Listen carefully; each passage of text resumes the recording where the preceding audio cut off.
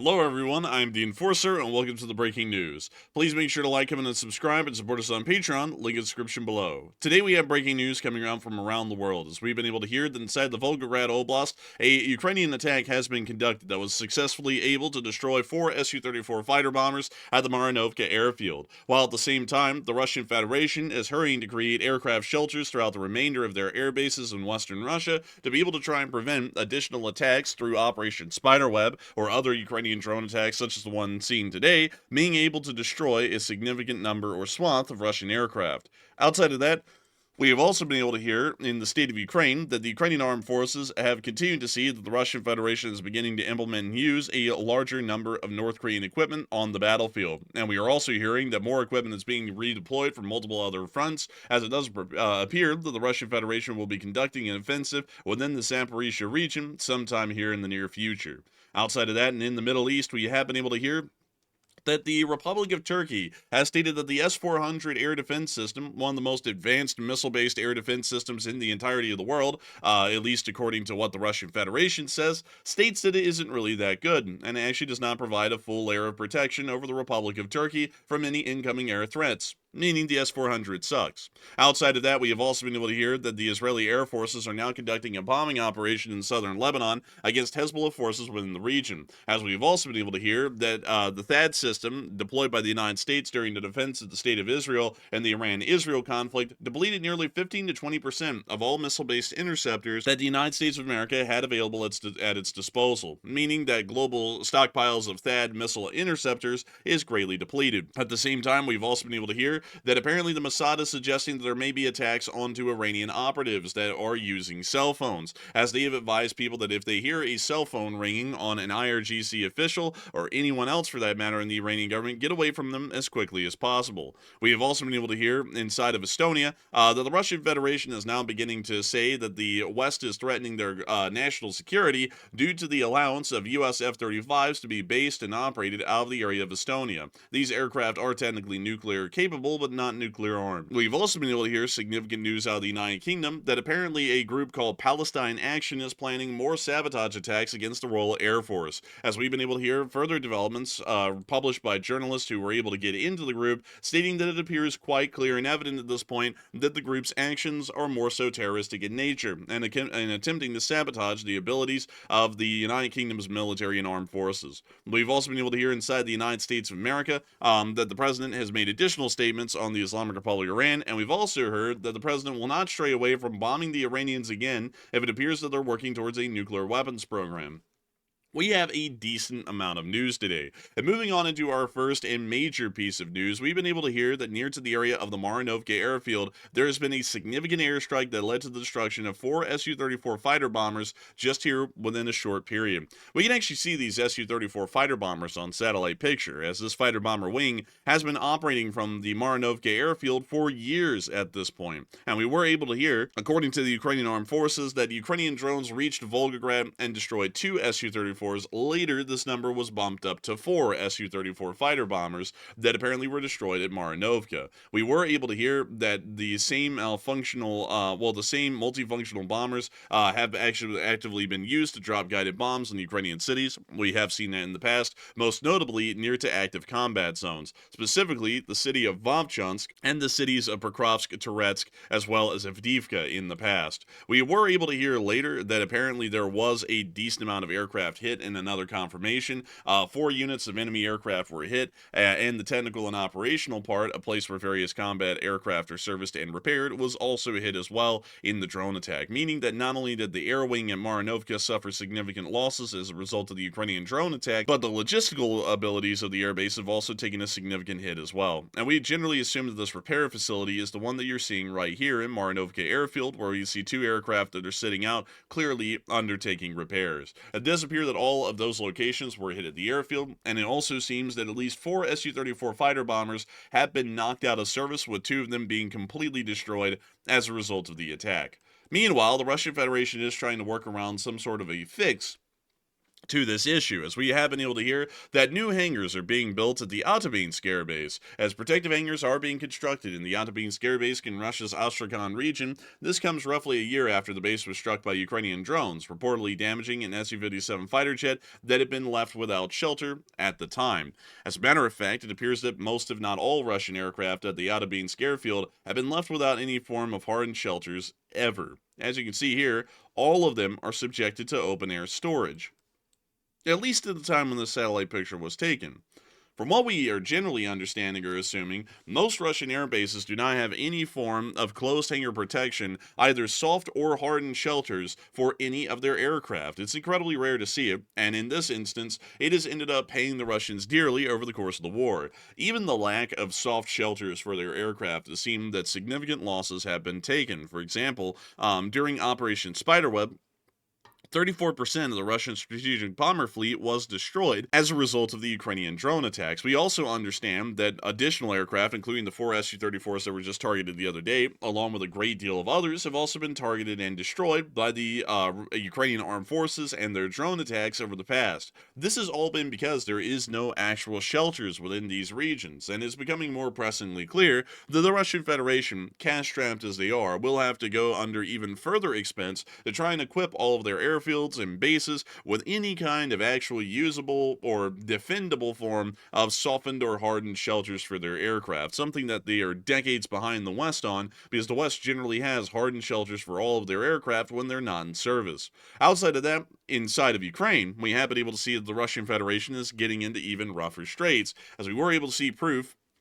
that the Russian Federation is beginning to use Type 75s from North Korea, a 107mm MLRS system, in slightly larger numbers, as it does appear that even in the present day, the Russian Federation is not able to find enough MLRS or artillery equipment, even with the amount of shells that they're producing, to be able to make up for the disparity of firepower that they have on the Ukrainians. For this reason, they are beginning to implement MLRSs from the Democratic People's Republic of Korea, such as these, and they're attempting to hope that they could end up causing some sort of additional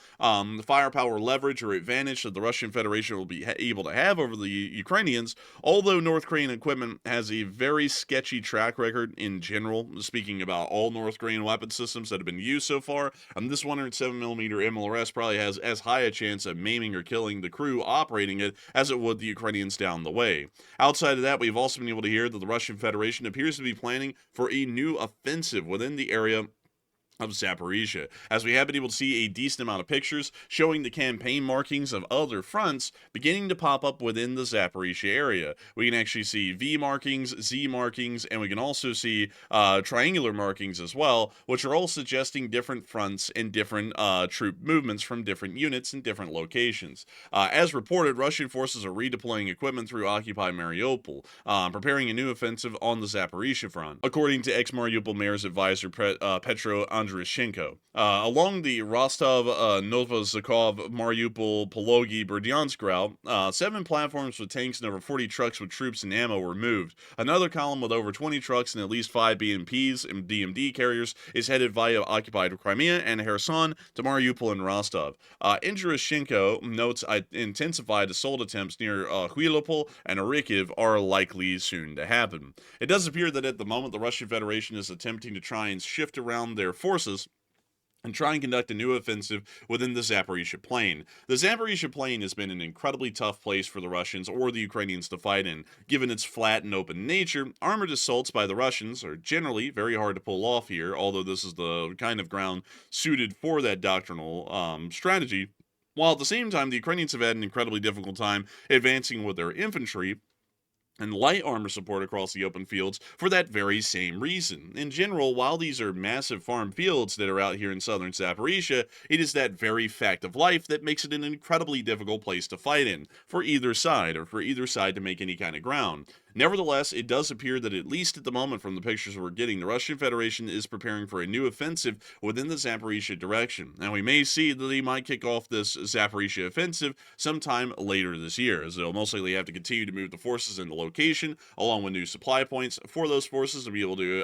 account for their offensive and the supply cost of that offensive, and they'll also have to take on a whole bunch of other things as well, such as the construction of new command posts, and so on and so forth, along with the battle planning, which will take about probably a month or several months' time to get all of that in place and for this offensive to begin. But these pictures are quite clearly showing us that a new offensive is on the way. Outside of that, we've also been able to hear inside of Estonia that the Russian Federation is getting wildly concerned about the F-35 fighters that have been deployed into the area of Estonia. We have been able to hear that Putin's spokesperson, Dmitry Peskov, has stated that Estonia's willingness to host F-35 jets belonging to other NATO states on its territory poses an immediate danger to Russia, as F-35s are capable of carrying nuclear weapons. And Dmitry Peskov called Estonia's position escalatory.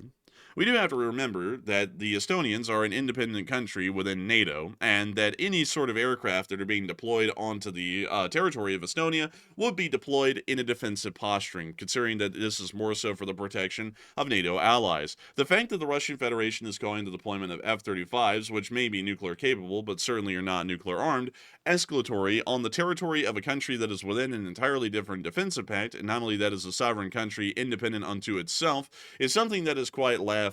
a bit hilarious to think about it, because it does appear quite clearly at the moment that the Russian Federation views any kind of actions by the NATO alliance to defend themselves against the Russian menace to be that of an escalatory action, instead of their actions, such as the invasion of Ukraine and their continued attempted buildup of military forces along NATO borders, that truly could be viewed as escalatory in turn. However, it appears that there's even more interesting developments going on inside of Europe, as we have been able to hear that apparently journalists inside the United Kingdom, according to an investigation conducted by The Telegraph, has stated that a group called Palestine Action is planning a series of assaults on Royal Air Force bases throughout the United Kingdom. The revelation comes after undercover reporters joined one of the group's virtual meetings, and during the meeting, which was secretly recorded, members discussed future targets, following a recent incident where aircraft were damaged during a break-in at RAF Bryce Norton. To quickly show you all of these bases that at least were considered in the talk to be attacked by this group next, we can see that RAF Cranwell, Barkston Heath, Tactical Systems Leicester, UAV engines at Lichfield, Elbit Bristol, and RAF Valley, all the way up within the northwestern area of Wales, have all been considered as likely targets for the Palestine Action Group. If some of y'all do not know, it was actually not too long ago that an Airbus Voyager aircraft, which is used for the refueling of British Eurofighter Typhoons in combat operations, actually was vandalized by Palestine Action as they sprayed some sort of paint solution or emulsion into the jet engine, which will cause a significant amount of repairs and, of course, time to be able to get this aircraft back into operation. This should largely be considered a direct attack against the British Armed Forces readiness, as these in-air takers are as strategic and important for air operations as the actual fighter aircraft themselves. The fact that this group is now speaking about more actions against the British military in an attempt to destabilize or weaken the British military's responsiveness and stance currently in any conflict globally largely is an act of terror in its own right. And we have a feeling that the British government will most likely start to observe the Palestine Action Group heavily and may take action against them here in the near future through the codes of the law to see that they will not be able to conduct any forms of these attacks anytime in the future. As these attacks not only are jeopardizing the British government's and military's ability to respond to ongoing developments inside the Middle East, but most importantly against the Russian Federation, which is probably the largest strategic threat at the moment in Europe, and the British, being one of the largest militaries in Europe and one of the largest funded as well, has a very strong and important reason to be ready at all given times, and this group is starting to greatly impede on that and is starting to actively sabotage the British abilities to defend themselves. Outside of that, we have also been able to hear in the Republic of Turkey that the president of Turkey, Erdogan, has actually stated that apparently the S-400 isn't that good. The president of Turkey has publicly admitted that the S-400 is incapable of providing full-fledged protection. This is something that's a bit of a shock. The S-400 was actually marketed by the Russian Federation as an air defense system that will be able to provide full-fledged protection. No longer do you have to worry about having multiple different air defense systems or just a large number of air defense systems to defend your airspace. Just a couple of S-400s sprinkled around the country in advantageous positions would be considered good enough. But it appears that the information coming out from the Republic of Turkey is showing quite truly the opposite. And the Republic of Turkey is saying that the S-400 does not provide any complete coverage of their airspace whatsoever, and in fact, the system doesn't appear to live up to the marketed advertisements that the Russian Federation had made prior. It does appear that the Russian Federation will most likely not be seeing a large amount of export orders, quite unfortunately for their S-400 systems, and this is going to turn a large amount of people over towards the United States, where a decent amount of Patriot missile defense systems are already being retired by our allies, and the new, later and greater THAAD system will eventually also be open for export as well, at least from what we're hearing within the near future. Outside of that, we have also been able to hear that the Israelis are continuing bombing operations against Hezbollah forces within southern Lebanon, as we were able to hear that bombing operations are being conducted, and we were able to see picture and video evidence of these bombing operations being conducted within southern Lebanon. It appears that the Israeli armed forces are bombing the area in an attempt to try and target and destroy the Hezbollah forces that are still within the southern region of the country, which we can see in the clip right here. Allahu Akbar. Allahu Akbar راحتك فرز بنات يا لطف الله الله أكبر لك الضرب الثاني لك يا لطف We see more explosions. الله أكبر بعد في واحد.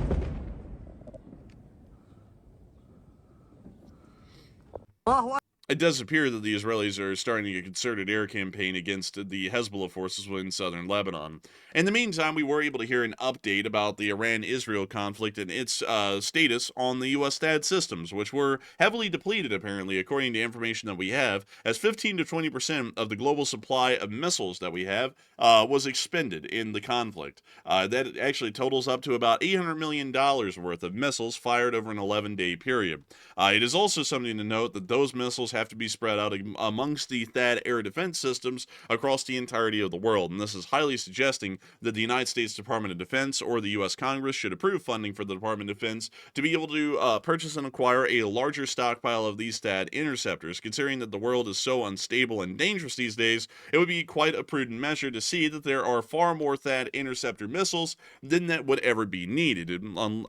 except for the situation right now where we're seeing that we have less missile interceptors than we could ever possibly need, and we could be depleted of those rather quickly. We have also been able to hear inside the Islamic Republic of Iran that the MSAD has stated to not get near to people who are in Iran if they're in the IRGC, because if they suddenly receive a phone call or message on their personal phone, you should move away from them immediately, possibly suggesting that another pager operation is going to be happening in Iran, or just attempting to sow the seeds of paranoia within the IRGC officials and government agencies that also work alongside the IRGC. Still, quite an interesting statement, and we'll be waiting to see what happens as a result of that. Outside of that, and inside the United States, we have also been able to hear that the president has made some additional statements on the Islamic Republic of Iran, which I will read for all of y'all right here. Why would the so-called supreme leader, Ayatollah Ali Khamenei, of the war-torn country of Iran, say so blatantly and foolishly that he won the war with Israel, when he knows this statement is a lie? It is not so. As a man of great faith, he is not supposed to lie. His country was decimated, his 3 evil nuclear sites were obliterated, and I knew exactly where he was, sheltered, and would not let Israel or U.S. Armed Forces, by far the greatest and most powerful in the world, terminate his life. I saved him from a very ugly and ignominious death, and he does not have to say, he does not have to say, thank you, President Trump. In fact, in the final act of war, I demanded that Israel bring back a very large group of planes, which were headed directly to Tehran, looking for a big day, perhaps the final knockout. Tremendous damage would have ensued, and many Iranians would have been killed. It was going to be the biggest attack of the war by far. During the last few days, I was working on the possible removal of sanctions and other things which would have given a much better chance to Iran at a full, fast, and complete recovery. The sanctions are biting, but no, instead I get hit with a statement of anger, hatred, and disgust, and immediately dropped all work on sanction relief and more. Iran has to get back into the world order flow, or things will only get worse for them. They are always so angry, hostile, and unhappy, and look at what has gotten them. A burned out, blown up country with no future, a decimated military, a horrible economy, and death all around them. They have no hope, and it will only get worse. I wish the leadership of Iran would realize that you often get more with honey than you do with vinegar. Peace. And then the president also followed along with that statement, saying that we might bomb the Iranians a second time. It does appear that if, according to the president, he would bomb Iran again without question if it turns out that Iran has uranium to the levels of enrichment to make a bomb. It's quite clear at the moment that the president of the United States is not happy with the Islamic Republic of Iran, or at least their response and statements to the current U.S. actions that were conducted against Iran to try and denuclearize the country. To this, Color me shocked, I suppose, because I already knew that the Iranians were going to have a reaction like this. They're not really a gracious government, or at least as far as the military is concerned, a nation as a whole. So it's a little bit interesting for the president to be shocked that the Iranians didn't receive his blowing up of their nuclear facilities with a great deal of gratitude and appreciation. If that was the reason why we stopped the attacks, was to get some gratitude and appreciation, that was a fleeting idea that was never going to be seen. We should have continued on our offensive against the Iranians and seen that their government was truly dismantled along with their nuclear program, because it is quite obvious and clear, as we're seeing once again right now, the Iranian government is not going to ever turn a leaf. It's going to be the same government from now until the end of time, and if that's the case, they're going to start working on nuclear weapons again, so why wait till later? What we could do for today. Let's go ahead and start dealing with them right now. But that largely is all of the news that we have at the moment, coming from around the world. And I have to thank you all so much once again for enjoying this news so far. If you have enjoyed, please make sure to put down Marinovka, or Marinovka, right here in the comment section below. That is Marinovka. Marinovka. Make sure to put that down in the comment section below to let me know that you made it to this part of the video. If you did enjoy this video greatly, and it's the first time that you've ever been here on our channel, please make sure to like, comment, and subscribe as well. We would love to have you all here. We always love to see new people joining our channel every day as we're on the march to 500,000 subscribers. So a big thanks to you all so much once again for watching. I hope that you all enjoyed greatly, and we will see you all in the next one.